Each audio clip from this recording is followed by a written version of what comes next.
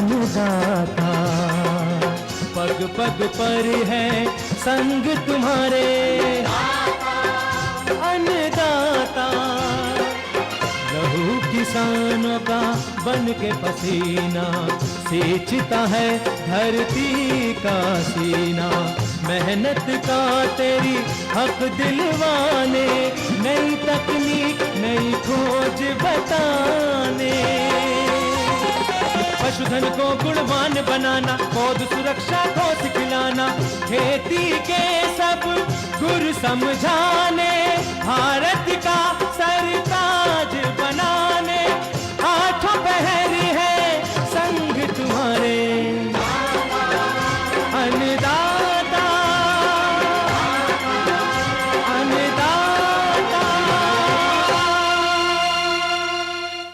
नमस्कार, मैं रीनू यादव आप सभी दर्शकों का अन्नदाता कार्यक्रम में स्वागत करती हूं। किसान मौसम की परवाह किए बिना सभी के लिए अनाज उगाते हैं, जो कि हमारी सबसे बड़ी जरूरत है। यही किसान हमारे देश की अर्थव्यवस्था का निर्माण भी करते हैं, और अगर वही गरीब होंगे तो देश की प्रगति नहीं हो सकती। ऐसे ही किसानों की प्रगति के लिए हम खेती बाड़ी से जुड़ी बहुत सी नई लाभकारी जानकारियां हर रोज सुबह लेकर आते हैं। तो चलिए कार्यक्रम शुरू करने से पहले देखते हैं क्या है आज के अन्नदाता में। कोर्डिसिप मशरूम से लाखों की आय कमा रहे युवा किसान से मुलाकात। अधिक फल उत्पादन के लिए नींबू के बाग में जरूरी कार्य।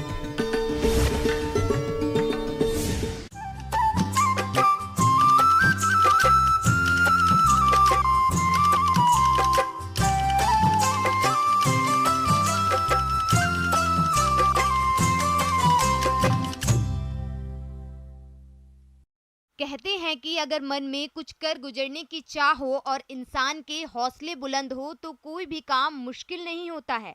ऐसा ही कुछ कर दिखाया है हिमाचल प्रदेश के मशरूम सिटी कहे जाने वाले सोलन शहर के युवा निशांत गजाडा ने, जो बचपन से ही मशरूम उगाने का सपना देखते थे।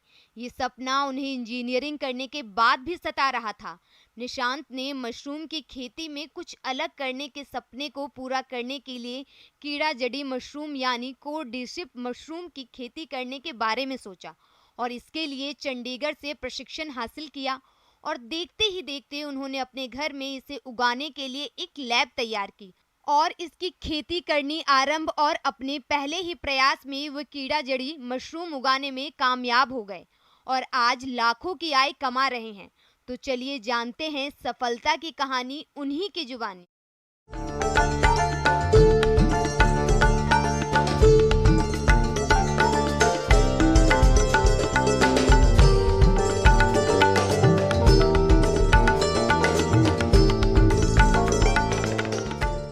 मेरा नाम निशांत गास्टा है। मैं सोलन का रहने वाला हूँ। मैंने अपनी BTech AP Gold university Shimla से करी है और अपनी पॉलिटेक रियाद बारा से करी है। मुझे बचपन में मशरूम लगाने का काफ़ी शौक़ था। मेरे घर में मेरे नाना जी मशरूम लगाया करते थे। उन्होंने बटन मशरूम्स और ऑयस्टर्स लगाए हुए थे।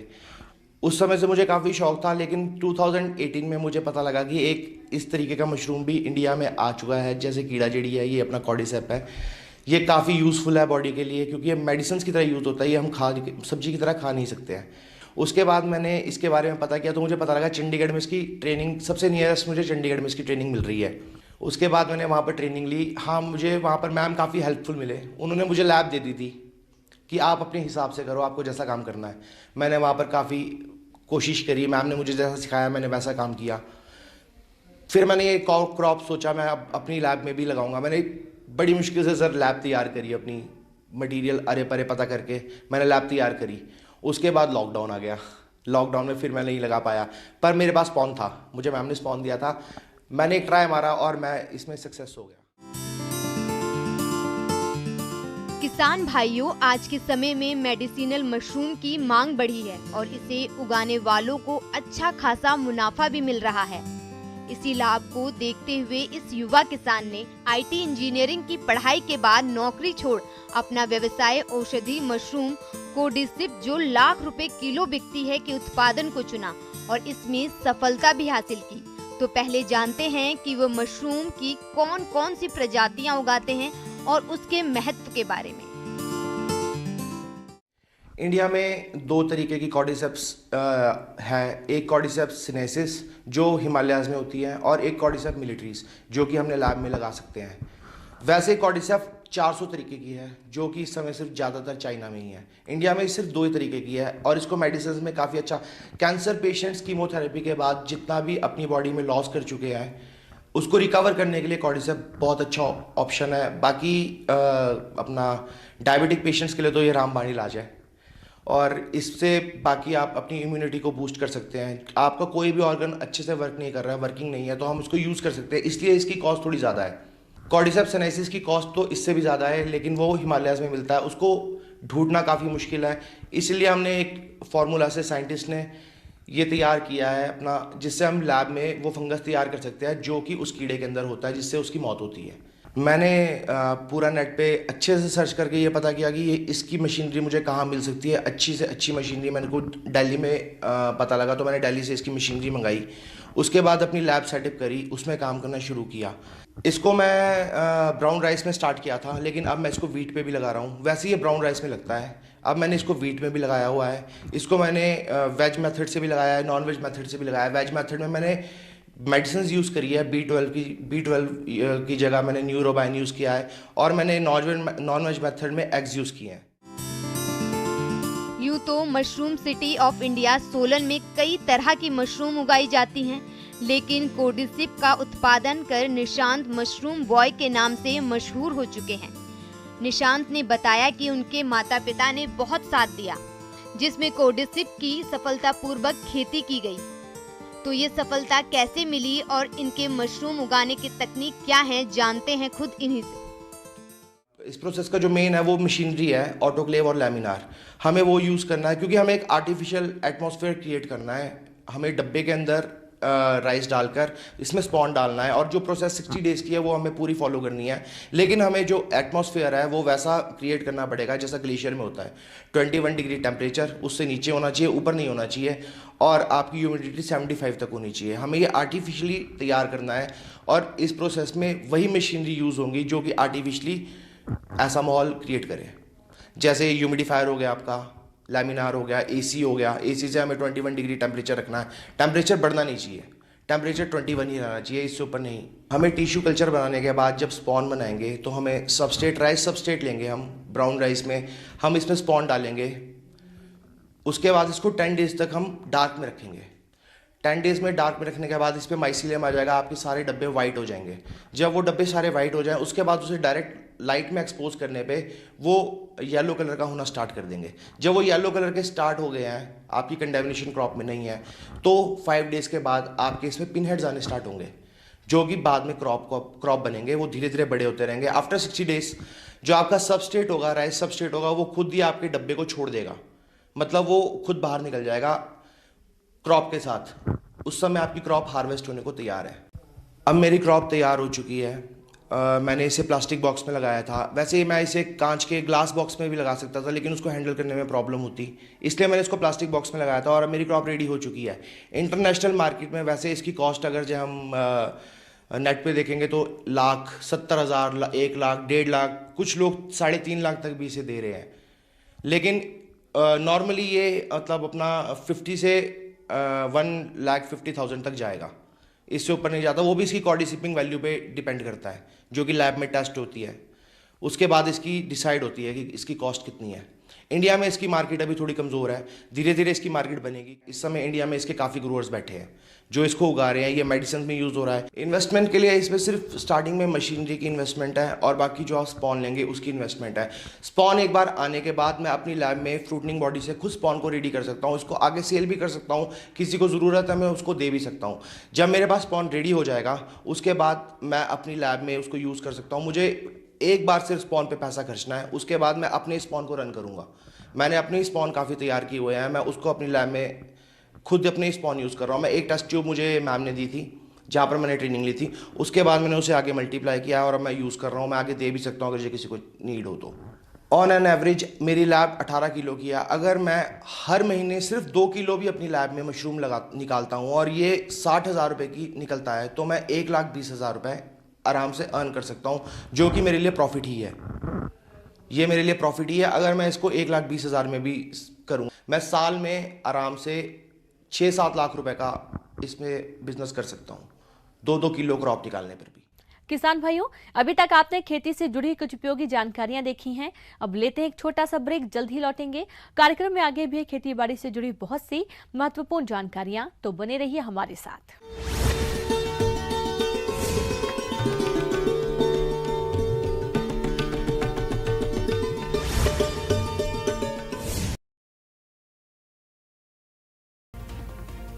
सोशल मीडिया पर एक गुस्सैल भेड़ का वीडियो तेजी से वायरल हो रहा है। ये वीडियो ऑस्ट्रेलिया का है, जहां एक भेड़ अपने बाड़े में टब पर गुस्सा उतारती नजर आई।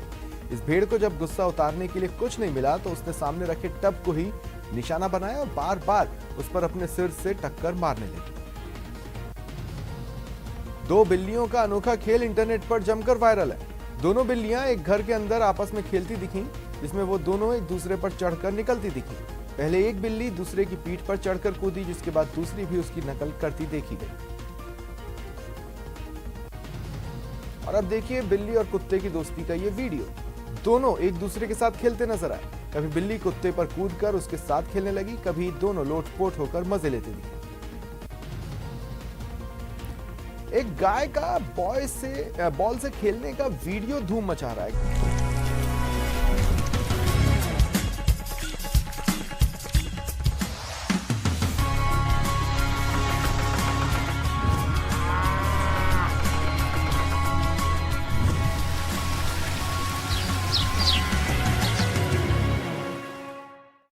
ब्रेक के बाद एक बार फिर से आप सभी दर्शकों का अन्नदाता में स्वागत है।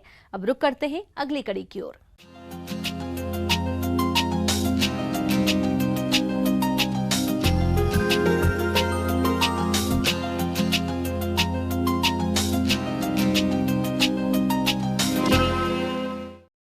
जिन किसानों ने नींबू के बाग लगा रखे हैं, वे इनसे गुणवत्ता युक्त फल तभी प्राप्त कर सकते हैं जब बाग का प्रबंधन उचित तरीके से करेंगे।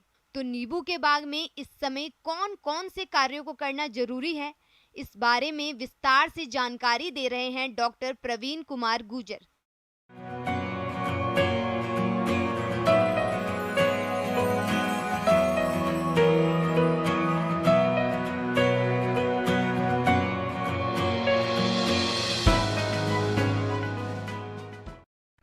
नींबू चूँकि उद्यान है हमारे प्रदेश में, लेकिन कुछ महत्वपूर्ण वैज्ञानिक तथ्य हैं जिन पर आपको ध्यान देने की आवश्यकता है।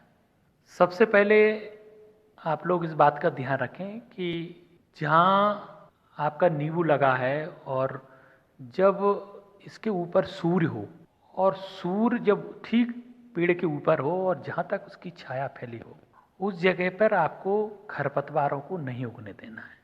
और यदि खरपतवार हैं तो आप उन्हें ज़रूर हटा दें। कि जहाँ पौधों के बीच में जो जगह है वहाँ पर आप ट्रैक्टर, छोटे जो मिनी ट्रैक्टर, उनको चला के उसके खरपतवारों को नष्ट कर सकते हैं। दूसरी चीज़ किसान भाइयों, कभी कभी यदि, चूँकि इस समय तो वर्षा का समय चल रहा है, यदि वर्षा नहीं होती है उस परिस्थितियों में टपक सिंचाई पद्धति के माध्यम से इसमें सिंचाई जरूर करें। क्योंकि यदि आपने सिंचाई नहीं की बहुत दिनों तक और एकदम वर्षा हुई तो ऐसी परिस्थितियों में आपके जो फल हैं उनकी फटने की संभावना होती है। तो इन बातों का ध्यान रखें कि लगातार आपके फल पौधों पर पानी मिलना चाहिए, लगातार नमी रहना चाहिए पर्याप्त, जिससे पौधों को विकास करने में और अधिकतम उत्पादन देने में कोई दिक्कत ना हो। नींबू के बाग से गुणवत्ता युक्त अधिक फल प्राप्त करने के लिए बाग में पोषक तत्व प्रबंधन करना भी जरूरी होता है। तो आप कौन कौन से पोषक तत्वों का प्रयोग कब और किस तरह से करें, इसकी जानकारी कुछ इस प्रकार से है। आपका जो नींबू फलों का बाग है वहाँ पर इस बात का ध्यान रखें हमारे किसान भाई कि 6 यदि वर्ष का यदि फल वृक्ष है तो कम से कम 20 किलो सड़ा हुआ गोबर का खाद और लगभग आपको 600 से 700 ग्राम यूरिया और लगभग 400 से 500 ग्राम आपको स्पुर और लगभग 300 से लेकर 400 ग्राम पोटास और 200 से 250 ग्राम फेरस सल्फेट आपको जरूर मिलाना है। समय समय पर आप जल में घुलनशील उर्वरकों का प्रयोग करें, क्योंकि हमने देखा है कि यदि नाइट्रोजन की कमी हो जाती है और चाहे स्फुर की कमी हो चाहे पोटास की कमी हो, वो निश्चित रूप से आपके फलों के उत्पादन पर एक बहुत प्रतिकूल प्रभाव डालते हैं। तो हमारे किसान भाइयों से विशेष अनुरोध है कि आपको इनमें पोषक तत्व पर्याप्त मात्रा में देने हैं। किसान भाइयों, नींबू के बाग को कुछ कीट व रोगों द्वारा अधिक हानि पहुंचाई जाती है, लेकिन हमारे कुछ किसान भाई इनकी रोकथाम के उपायों पर कोई विशेष ध्यान नहीं देते, जिससे उनके नींबू के पौधे बहुत कमजोर हो जाते हैं और उत्पादन में कमी आ जाती है। तो कैसे करें इन कीट और रोगों का नियंत्रण, आइए जानते हैं। किसान भाइयों, नींबू के जो वृक्ष हैं उनमें विशेष रूप से आपने रोग देखा होगा, जो कैंकर नाम का रोग आता है। इससे उनकी तनों पर एक उभरी हुई चीजें, उभरी हुआ एक संरचना बनती है, और कभी कभी हमने देखा है कि फपोलों जैसे इनके फल पौधों पर भी इसका असर देखने को मिलता है। यदि कैंकर रोग होता है तो ऐसी परिस्थितियों में आपको विशेष रूप से जो टहनियाँ या फल या पत्तियाँ इस रोग से प्रभावित हैं, उनको आप सिकेटियर से काट के हटा दें, नष्ट कर दें। दूसरा, काटने के पश्चात बोडो पेस्ट का इसमें विशेष रूप से प्रयोग करें। इसकी जमीन से यानी भूमि की सतह से लगभग पौधे के 3 से 4 फीट की ऊंचाई तक इसको अच्छी तरह से इस पर पुताई कर दें। और जो भाग प्रभावित हैं, जहाँ से आपने कटिंग की है, उनकी भी आप पुताई कर सकते हैं। तो ऐसी परिस्थितियों में फंगस का इसमें प्रकोप नहीं होगा, फंगस से पौधे प्रभावित नहीं होंगे, और दूसरा आपको अच्छी गुणवत्ता के फल आपको प्राप्त होंगे। दूसरा किसान भाइयों, यदि आपको ऐसा लगता है कि कोई कीट आने वाला है या कीटों से नुकसान हो रहा है, उस परिस्थिति में जैविक कीटनाशी विशेष रूप से आप नीम तेल 8 से 10 ml प्रति लीटर पानी की दर से घोल बनाकर अच्छी तरह से इसमें समय समय पर आप स्प्रे करते रहेंगे, छिड़काव करते रहेंगे, तो कीटों का भी प्रकोप नहीं होगा। तो ये कुछ महत्वपूर्ण बातें हैं जिससे आप अधिकतम हमारे नींबू फलों का उत्पादन ले सकते हैं। आगे और भी खेती बाड़ी से जुड़ी बहुत सी रोचक जानकारियां। यहाँ पर रुकेंगे एक और छोटे से ब्रेक के लिए, जल्द हाजिर होते हैं।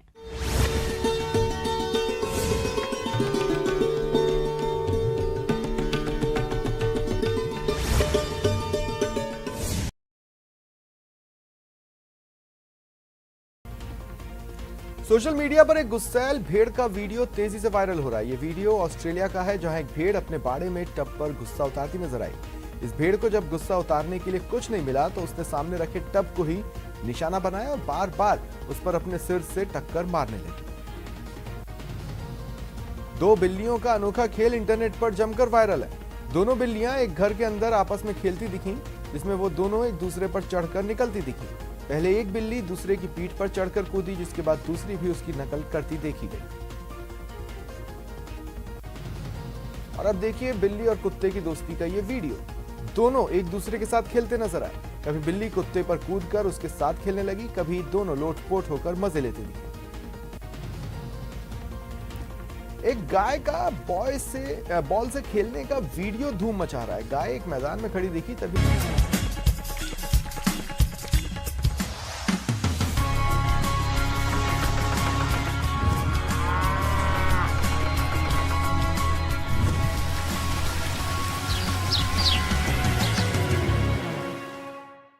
ब्रेक के बाद एक बार फिर से आप सभी दर्शकों का अन्नदाता कार्यक्रम में स्वागत है। बढ़ते हैं अगली प्रस्तुति की ओर।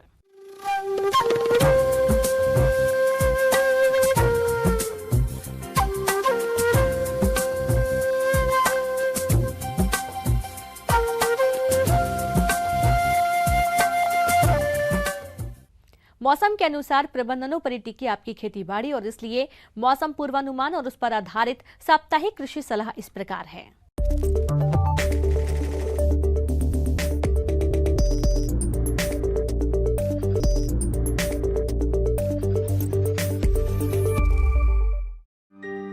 ग्रामीण कृषि मौसम सेवा, भारत मौसम विज्ञान विभाग, हनुमानगढ़ द्वारा भेजे गए मौसम पूर्वानुमान रिपोर्ट के आधार पर किसान भाइयों को सलाह दी जाती है कि रबी फसलों की बुआई से पहले मिट्टी परीक्षण अवश्य करवाएं। मिट्टी की जांच से भूमि में उपलब्ध पोषक तत्वों की जानकारी मिलती है। मिट्टी परीक्षण का मुख्य उद्देश्य भूमि की उर्वरता को मापना है और मृदा परीक्षण से आपको यह पता चलता है कि भूमि में कौन कौन से पोषक तत्वों की कमी है और कौन कौन से पोषक तत्व उपलब्ध हैं। अगेती बोई गई मूंगफली की फसल पकाव की अवस्था पर है, इसलिए किसानों को सलाह दी जाती है कि जमीन खोदकर देख लें कि फलियां पक गई हैं या नहीं। अगर 80% फलियां पक गई हैं तो मूंगफली की खुदाई की जानी चाहिए। सरसों की शीघ्र बुआई के लिए खेत की तैयारी शुरू कर सकते हैं। इसके लिए किसान भाई प्रमाणित बीज एवं खाद की खरीद कर सकते हैं और मिट्टी की जांच अवश्य करवाएं तथा उसके अनुसार पोषक तत्वों का उपयोग करें। तारामीरा फसल की बुआई के लिए 15 सितंबर से 15 अक्टूबर उपयुक्त समय है। भूमि में उपलब्ध नमी के अनुसार बुआई करें। सिफारिश किस्मों में RTM 314 तथा बीज दर 5 किलोग्राम प्रति हेक्टेयर उपयोग करें। बुआई से पहले मैंकोजेब 2.5 ग्राम प्रति किलोग्राम बीज की दर से उपचारित करें। कतार से कतार की दूरी 45 सेंटीमीटर रखें। इस मौसम में किसान गाजर की बुआई मेड़ों पर कर सकते हैं। बुआई के लिए सिफारिश किस्मों में Pusa Rudhira PC 161, Punjab black beauty बीज की मात्रा 4 किलोग्राम प्रति एकड़ उपयोग करें। बुआई से पहले बीज को कैप्टान 2 ग्राम प्रति किलोग्राम बीज की दर से उपचारित करें। टमाटर, बैंगन, फल छेदक तथा गोभी में डायमंड बैग माथ की निगरानी हेतु फेरोमोन ट्रैप 3 से 4 प्रति एकड़ लगवाएं।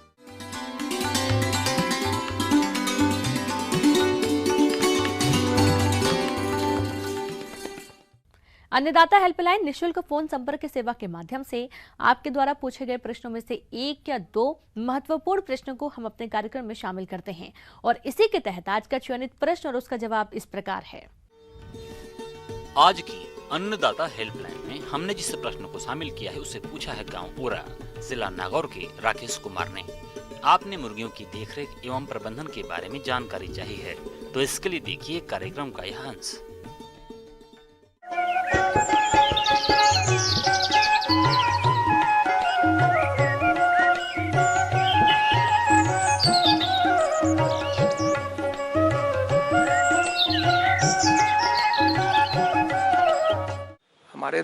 हमारे प्रदेश में भी पोल्ट्री फार्मिंग की लोकप्रियता पशुपालकों के बीच में बढ़ रही है। अंडा उत्पादन एवं मांस उत्पादन, ये 2 क्षेत्रों में जो है हम लोग पोल्ट्री का पालन करते हैं। इस 2 चीज़ के लिए, अंडा के लिए एवं मांस के लिए। तो मांस के लिए जो हम लोग ब्रायलर रेजिंग करते हैं वो तो कंपैरेटिवली आसान होता है, लेकिन किसी भी प्रकार के पोल्ट्री फार्मिंग में पोल्ट्री प्रेमिसेस को डिसइंफेक्ट करके रखना और साफ़ सुथरा रखना ये सबसे ज़्यादा महत्वपूर्ण होता है। और ससमय पोल्ट्रियों में मुर्गियों में टीकाकरण देना, उनको संतुलित आहार प्रदान करना, समुचित उनको पीने का स्वच्छ जल प्रदान करना, ये सब बातें जो है इम्पॉर्टेंट है। मुर्गी पालन में आहार प्रबंधन बहुत अहम है, साथ ही सबसे ज्यादा खर्च भी इसी पर होता है जो कि उत्पादन को भी प्रभावित करता है। वहीं जब आहार में अगर कोई कमी रह गई हो तो मुर्गियों को कई प्रकार की बीमारियां भी हो जाती हैं, जिससे उत्पादन बुरी तरह से प्रभावित होता है। यहाँ ये ध्यान देना बहुत जरूरी है कि जो आहार हम दे रहे हैं उसमें सभी जरूरी पोषक तत्व जैसे कि कार्बोहाइड्रेट, वसा, प्रोटीन, मिनरल्स और विटामिन शामिल हो। नियमित पोषक तत्वों के अलावा अलग से कुछ और बेहतर पोषक तत्व देने की जरूरत होती है, जिससे खाना ठीक से पच सके, साथ ही उनका विकास भी जल्दी हो सके। और मुर्गियों के आहार के बारे में ज़्यादा कुछ कहना इस समय ये समुचित नहीं होगा, लेकिन उसका जो संतुलित आहार आता है उसको आप अवश्य दें। टाइमली मुर्गियों में भी जो है डिसइंफेक्शन करने की ज़रूरत पड़ती है, फ्यूमिगेशन करने की ज़रूरत पड़ती है। दाने में जो है कैल्शियम की मात्रा होनी चाहिए, क्योंकि उसका सेल, अंडा का सेल जो है कैल्शियम से बनता है। बाहरी आवरण जो है कैल्शियम का बना रहता है, तो प्रॉपर उसको कैल्शियम का सप्लीमेंटेशन फीड के अलावे भी देने की ज़रूरत पड़ती है। कई तरह का प्रोटीनस डाइट देना पड़ता है। तो जो मुर्गी का संतुलित आहार मिलता है तो आप उस आहार का उपयोग करें अपनी मुर्गियों को। सबसे बड़ी बात है कि स्वच्छता रखें अपने फार्म में। इन्फेक्शन से अपनी मुर्गियों को बचाएं। बाहरी व्यक्ति को फार्म में अनावश्यक रूप से प्रवेश न करने दें। किसान भाइयों, मुर्गियों को आहार 3 भागों में दिया जाता है, जिसमें प्रथम चूजे की उम्र 0 से 10 दिन पर प्री स्टार्टर के रूप में देते हैं, दूसरा 11 से 21 दिन पर स्टार्टर के रूप में देते हैं तथा तीसरा 22 दिन से ऊपर की मुर्गियों को फिनिशर दाने के रूप में खिलाते हैं। केज सिस्टम में यदि मुर्गियों को पालते हैं तब तो कोई दिक्कत नहीं है। यदि आप वैसे नीचे में लेयर को जो है फर्श पर पालते हैं तो जितना उसका स्पेसिफिकेशन है उसी हिसाब से मुर्गी डालें।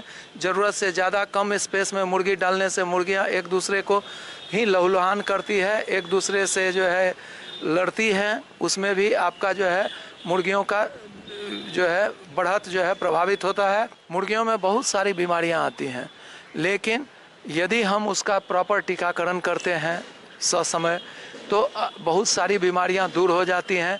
एक बीमारी शुरू से ही मुर्गियों में जो है डे ओल्ड चिक्स से एंटी कॉक्सीडियोसिस देना पड़ता है।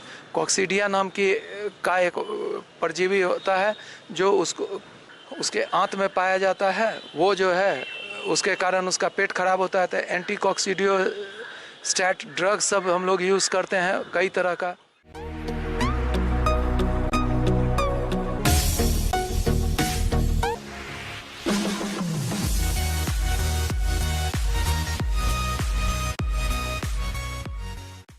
आइए अब एक नजर डालते हैं राज्य की कुछ चुने हुए मंडियों के प्रमुख फसलों के बाजार भाव पर।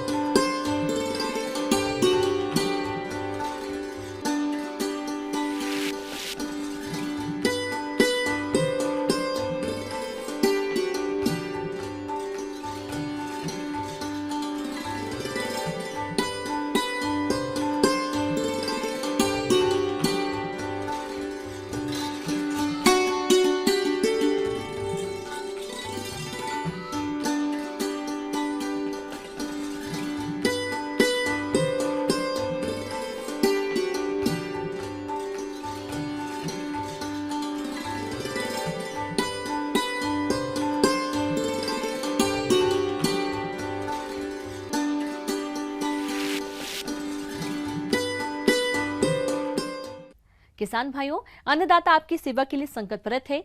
कृषि संबंधित समस्या एवं सुझावों के लिए आप हमें इस पते पर संपर्क कर सकते हैं।